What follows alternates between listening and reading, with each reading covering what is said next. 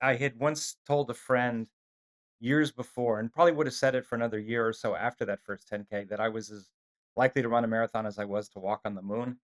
It just seemed completely out of reach for somebody like me because I wasn't a natural runner, and still am not an especially fast runner. But I really enjoyed the 10K enough to want to do another one, to want to try to do it a little bit faster, and did two or three just with the goal of trying to improve my time. And then started to think, you know what, actually, I'm really not that fast, but maybe I could go longer. Did a 10 miler, did a half marathon. And then, what seemed crazy at the beginning as you took each additional step seemed maybe not so crazy. If you have ever looked around at your life and thought, this can't be it, you are in the right place. This is Flying Upstream, the podcast for people who refuse to live on autopilot. I'm your host, Kristyn Medeiros. Each week, I sit down with people who questioned the rules, challenged the expectations, and chose a different path. Not because it was easy, but because it was honest. We talk about the moments that broke them open, the decisions that scared them, and the lives they built when they stopped doing what they were told and started listening to themselves. If you are done following the crowd and ready to trust your own way forward, stay with me. Let's fly upstream.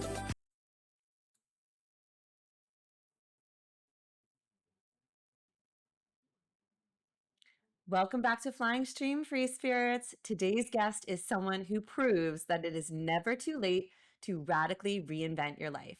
Jeff Weiss spent 25 years as a lawyer. He was building a career, raising a family, doing all the right things. But at 48 years old, feeling out of shape and searching for something more, he ran his first 10K. That single decision set off a chain reaction. Over the next decade, Jeff completed Ironman Arizona twice, ran a 72-mile ultra marathon, helped lead a startup through unicorn status, bankruptcy, rebuilding, and ultimately a multi-billion-dollar sale, and wrote an award-winning memoir called Racing Against Time. His story is about health span, audacity, purpose, and refusing to let age define your limits. Jeff, welcome to Flying Upstream. Thank you so much for having me. I'm really looking forward to our conversation. Amazing. All right, let's start at age 48. So you were a successful lawyer, a father, deep into midlife. What was happening internally for you that made you say, it's time, I need to change something? I think it was a few things. I think one, I'd really been into sports when I was younger, played college tennis, got into powerlifting after that, did that through my 20s. As we started to grow our family, the fitness part really took a back seat. Still worked out periodically, but not in a serious way. So felt that I was kind of slowing down, putting on some weight. Professionally, I wasn't fully satisfied with being a lawyer in private practice. So, kind of on the surface, everything was good, but really felt like there was more to life, both professionally and in terms of my physical well-being. And then my dad passed away when I was 47, and I think that really kind of was a wake-up call for me. I think a lot of us tend to feel like we'll get more serious about our health and taking care of ourselves when later on in life when we have more time, and it kind of hit me that later on was really now. And there was no longer it wasn't going to be responsible to keep kind of pushing that off into the future. And so, kind of took the plunge with a running class of all things, the culmination of which was that first 10K, and that really put in motion a lot of good things in my life. That's really amazing. I appreciate that you were able to have that moment where you thought, okay, something needs to change. I haven't been exercising and taking care of my body. And instead of saying, oh, down the road in the future, you're saying, hey, the future is actually now, right? Like, need to start now. And when you did the first 10K, I mean, it feels very approachable, right? At what point did that spark turn into, I'm going to run a marathon? It's funny. I had once told a friend years before, and probably would have said it for another year or so after that first 10K, that I was as likely to run a marathon as I was to walk on the moon. It just seemed completely out of reach for somebody like me because I wasn't a natural runner, and still am not an especially fast runner. But I really enjoyed the 10K enough to want to do another one, to want to try to do it a little bit faster, and did two or three just with the goal of trying to improve my time. And then started to think, you know what, actually, I'm really not that fast, but maybe I could go longer. and did a 10 miler, did a half marathon. And then, what seemed crazy at the beginning as you took each additional step seemed maybe not so crazy. So I didn't go from couch to marathon or couch to ultra marathon, but doing a 5K, which was the midpoint of that 2-month running class, then the 10K, then a few more 10Ks to kind of build my confidence, then that half marathon, and so on. So at each point, it seemed like, what, maybe a little more is possible, and which was its own great dynamic to be surprising myself, to be climbing new mountains at a time in life where I think for a lot of us, our horizons are getting kind of narrower rather than wider. And so, yeah, for me, it was a lot of fun. I love that you kept going because a lot of people would have done one marathon, kind of like check it off your bucket list, and then you just kind of move on with life. But you didn't. So I'm curious to know what shifted for you from just checking that box to taking it further and using it to actually build a new identity. It's funny. That's a spectacular question because when I did the first marathon, that was my plan, was to do the one, and to do one and done. To do one, to be able to tell myself I did a marathon, I'm proud of myself, and I can kind of check that box and feel good that I accomplished something that was really hard. But then thought about it some more afterward and decided a couple things. One, I decided, what, I think I could have done it better. I could have done it faster. I think I'd be happier if I had done it better. But also I decided that, one and done actually, if you do something a single time, it doesn't really change who you are. And I decided that, what, I really actually want to be a different person. I want to be a marathoner, not just somebody who did a marathon a single time. And I've done that in other parts of my life. Like for me, writing has long been a passion. I wrote my first book back in 1998. Racing Against Time is my third. And there as well, I wanted not just to somehow pull together a single book, but really to become a writer. And to do that, I felt like I needed to do at least two and to keep doing them. So I think in some ways it was a similar process to really make it part of my identity.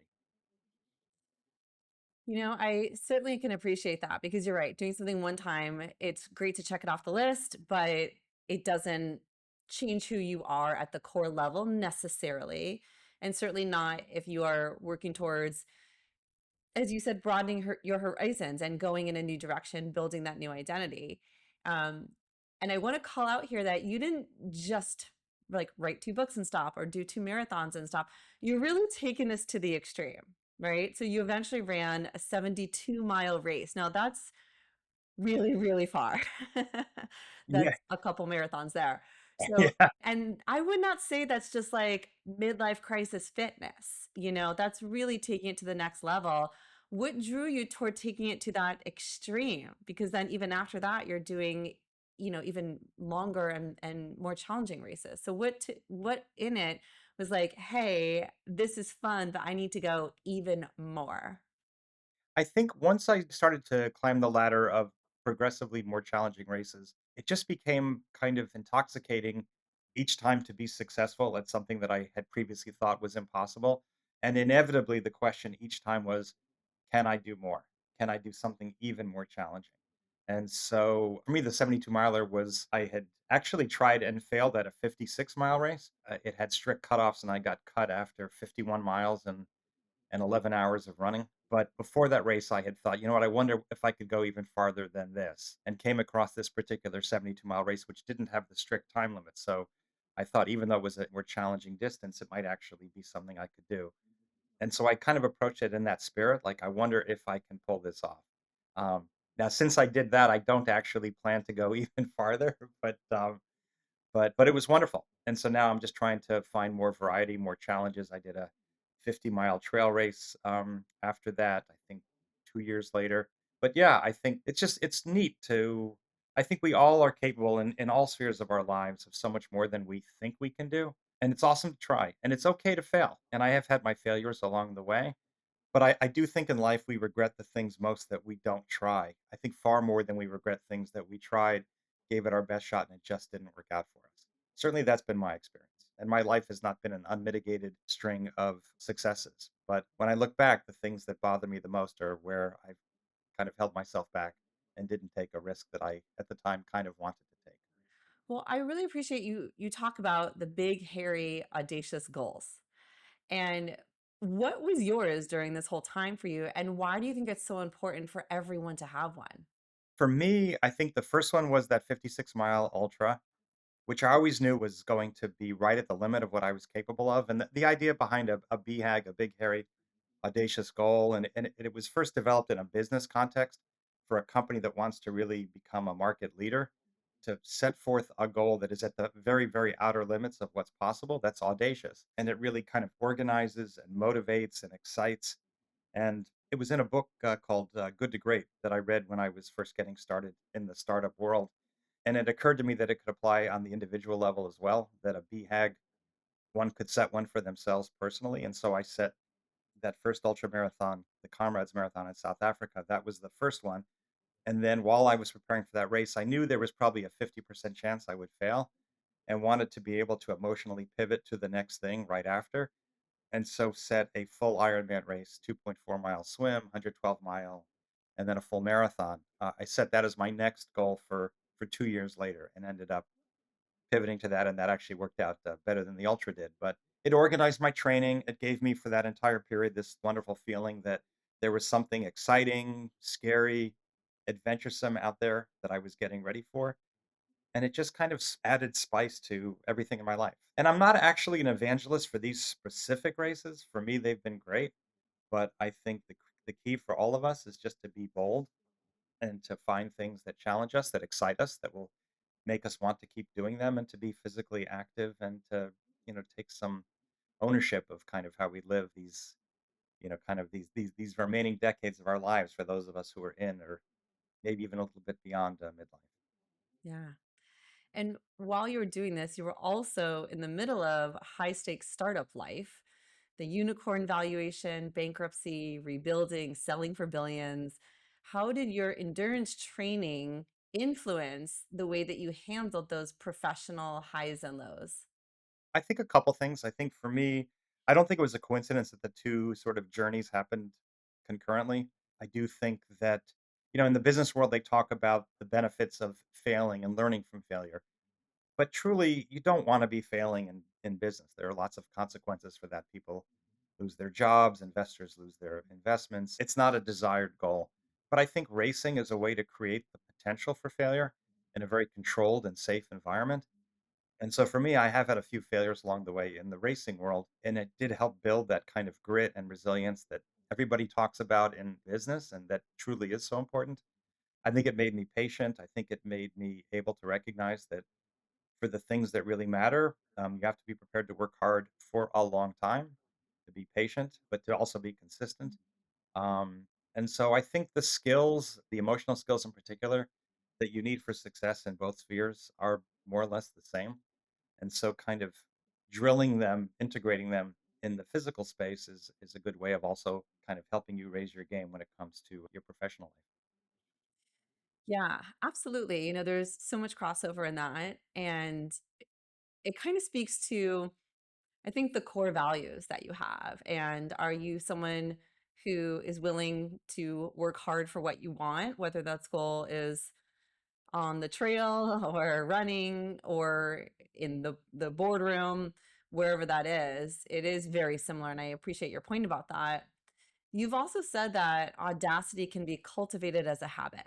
And this is a pretty powerful statement because I think most people think that being bold is like a one off. Like you do it one time, you do a bold move, you sell your belongings and move across the country for a job or something like that. But how does someone build audacity deliberately? I think a lot of it comes down to mindset. I think that for me, it's become important to me to strive and to try to test my limits, and to try to accomplish as much as I can in whatever I'm doing. And it doesn't matter if it's the kind of partner that you are, the kind of parent that you are, the kind of professional that you are, how you take charge of your health. I think in all of it, it's good to strive for excellence, not for perfection. We'll never achieve perfection in anything, but to strive for excellence. And I think that is something that we can make a habit. And yeah, so for me, and I do think in the startup world is a great example. If you want to really do great things, you do need to have a mindset that says that I'm not just going to go for adequate. I'm not just going to go for average. I really do want to, I want this company to make its mark and to be a great success. Again, I think it's something that we should want in all spheres of our life in the right measure. I mean, obviously, you can go too far with this. You can get carried away and become um, obsessive, and that's not the goal either. But I think striving for some kind of balance, but a balance that is inclined toward striving and toward trying to really achieve some things that will make you proud. Yeah. And you talk a lot about working hard, achieving these big, hairy, audacious goals. What role does community play in this in terms of support or help, or, it could be support for mindset or also just getting work done, right? Coaches, trainers, peers. I think especially when we think about running, most people think you just go for it. You just put your sneakers on and you just run and you do it alone. What has been your experience in terms of like support and community around you as you've gone through both the fitness journey and your professional journey?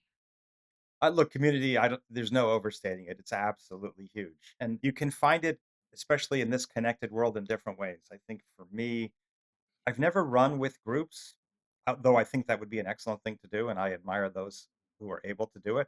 Um, but with podcasts, with coaches, with groups on Facebook and things of that sort, you're always able to benefit from the kind of accumulated knowledge of other people, from the inspiration that they can provide. And honestly, it's a huge part of why I wrote the book. When I was getting started on this fitness journey, that really was one of the things that helped me so much along the way. Folks like Dean Karnassus and Rich Roll and David Goggins inspired me to kind of aim higher and to push my limits and to, really it made things that I had previously thought impossible seem potentially approachable.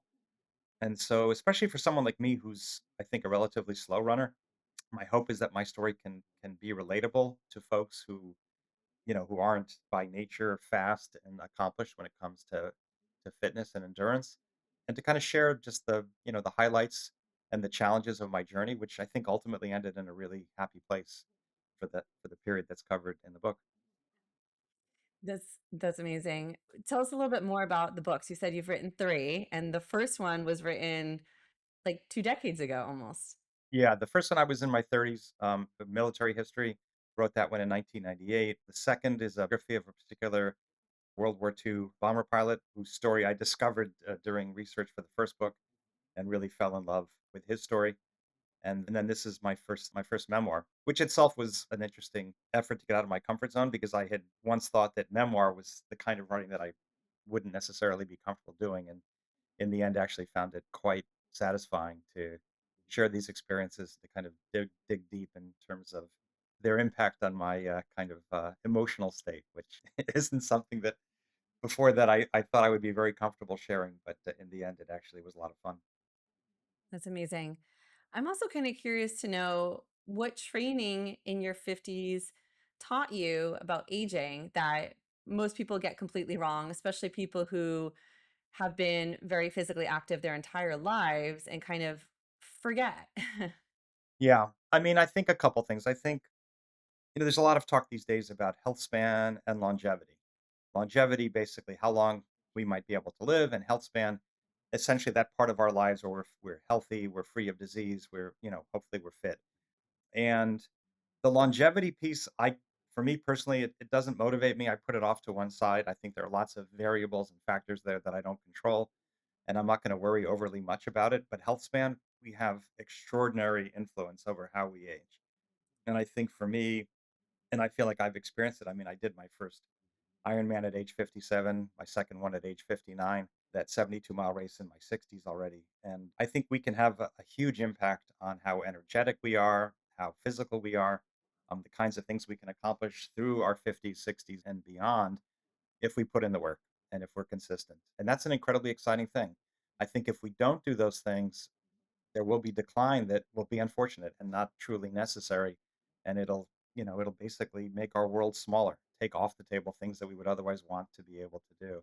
I think life is so much richer when we have a broader array of opportunities available to us to have fun, to connect with other people professionally in whatever sphere it might be.